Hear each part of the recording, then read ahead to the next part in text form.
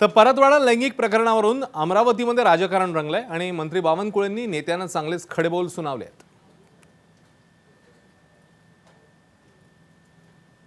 Conde साहेबांकडे किंवा अजून नवनीत राणाकडे किंवा प्यारे खान जे काही स्टेटमेंट करतात आहे त्यांना माझी विनंती आहे की मीडियाच्या माध्यमातून समाजामध्ये कोणत्याही पद्धतीचं असं वातावरण होणार नाही, पण तुमच्याजवळ जे काही पुरावे आहेत ते सर्व पोलिसांना दिले पाहिजे। जे जे काही भेटतं ते पोलिसांना दिलं पाहिजे आणि पोलिसांना तपास करण्याकरता अधिक बळ दिलं पाहिजे। आपण मीडियामध्ये स्टेटमेंट करून पोलिसांच्या चौकशीला भरकवणं नाही किंवा एसआयटीला भरकवणे हे काम कोणी करू नये।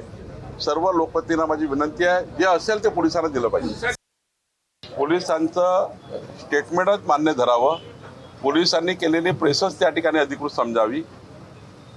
राजकीय नेत्यांनी काही स्टेटमेंट केले ते स्टेटमेंटवर फार न जाता अशा केसमध्ये, अशा सेन्सिटिव्ह केसमध्ये पोलिसांनी केलेली चौकशी त्यातनं आलेलं सत्य हेच त्या ठिकाणी अधिकृत समजावं।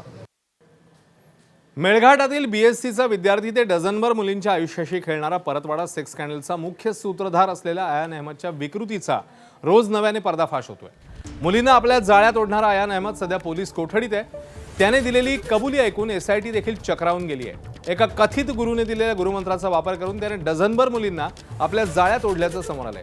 सोशल मीडियावर असलेल्या 18,000 फॉलोअर्समुळे आयान प्रसिद्ध झालेला। याच्याच माध्यमातून तो हे जाळं अलगद मिळायचा, मुलींना प्रेमात पाडून ब्लॅकमेल करायचा आणि त्यांचे अश्लील व्हिडिओ बनवायचा।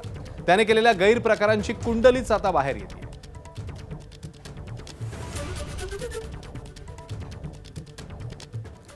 आरोपी आयान अहमदची मोडस ऑपरेंडी कशी होती ते बघूया।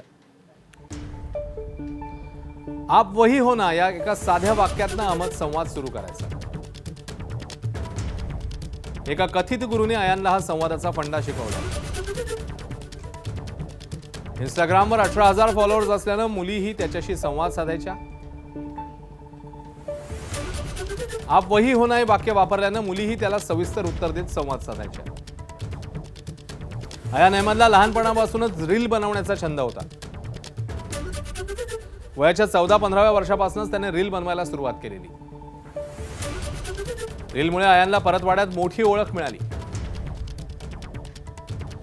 याच सोशल मीडियाचा वापर आयानने हंटिंग ग्राउंड सारखा केला। मुलींना जाळ्यात ओढलं, त्यांना ब्लॅकमेल करून त्यांचे अश्लील व्हिडिओ बनवले।